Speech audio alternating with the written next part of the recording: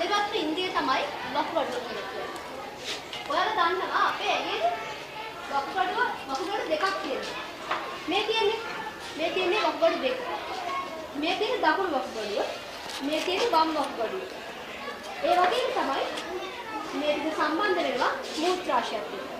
මම අද ඔයාලට පෙන්නන්නත් එක්ක සම්පූර්ණ වකුගඩුවක් අරගෙන ආවා. මේ තියෙන්නේ මේක ඇත්තම වකුගඩුව. මේ වගේ.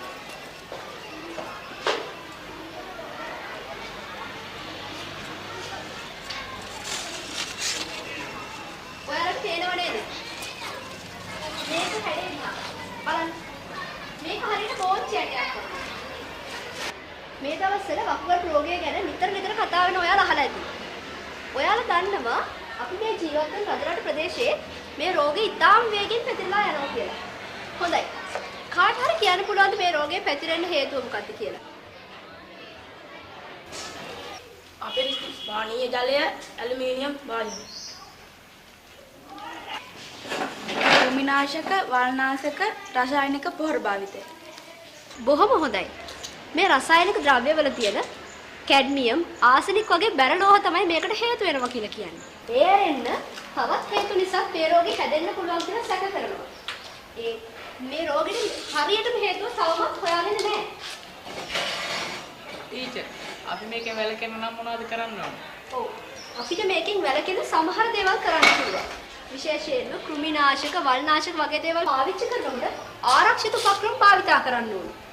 ඒ වගේම තමයි ආරක්ෂිත ඇඳුම් කට්ටලයක් නැතුව පලිබෝධනාශක යොදන්න හොඳ නැහැ. ටැංකියෙන් පලිබෝධනාශක කාන්දු වෙනවද කියලා පරීක්ෂා කරලා බලන්න ඕනේ. කුඹුරට තෙල් පොර යොදලා හොඳින් පිරිසුදු නොවි කෑම ගන්නවත් බුලත් පිට හපන්නවත් හොඳ නැහැ. ඒ වගේම තමයි කුඹුරු ළඟින් ගලාගෙන යන ඇලදොල වලට මේ තෙල් ටැංකිය හොදන්නත් හොඳ නැහැ. මොකද ඒ දේවල් වලින් රසායනික ද්‍රව්‍යවල තියෙන විෂ අපේ ශරීරයට ඇතුළු වෙනවා. අපි ගන්න ආහාරවලුත් මේ විෂ ඇතුළු වෙන්න පුළුවන්. ඉතින් මේ විෂ අපේ වකුගඩුව වල තැන්පත් වෙනවා. ඊට පස්සේ වකුගඩුව තමන්ගේ මූලික කාර්ය වෙන ඒ කියන්නේ අපේ ඇඟේ තියෙන අපද්‍රව්‍ය පෙරලා ඉවත් කරන්න බැරි වෙනවා. කෘෂි රසායනික ද්‍රව්‍ය යොදනකොට નિયમિત මාත්‍රාවට පමණක් යොදන්න ඕනේ. කියලා තියෙන ප්‍රමාණයට වඩා වැඩිපුර යොදන්න හොඳ නැහැ. ඇලුමිනියම් භාජනවල උයන එකත් ඒ තරම් හොඳ නැහැ. අපි හැමෝම දන්න දෙයක් තමයි අපි මේ ජීවත් වෙලා ඉන්න ගමේ මේ වකුගඩු රෝගේ වැළඳිච්ච බොහෝම දෙනෙක් ඉන්නවා. ගොඩක් අය මේ නිසා මැරිලත් තියෙනව නේද?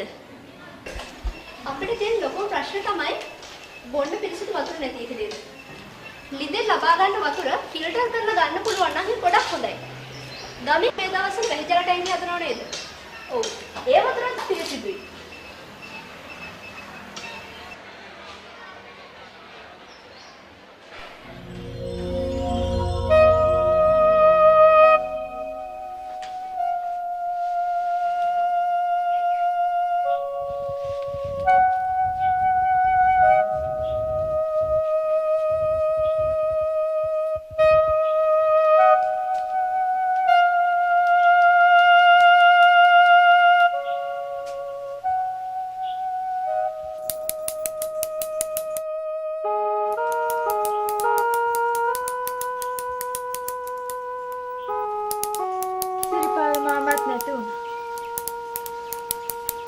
වකුගඩුවක් හොයන්න බද්ධ කරා නම් තව ටික කාලයක් හරි ජීවත් වෙන්න තිබුණා.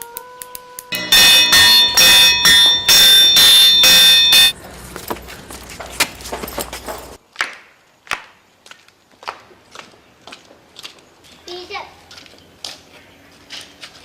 හයි පුතා. ඕකටද ටීචර් වකුගඩුව කියන්නේ? ඔව් පුතා. ඇයි? මට ඕක දෙනවද? මොකටද? අපේ තාත්තට.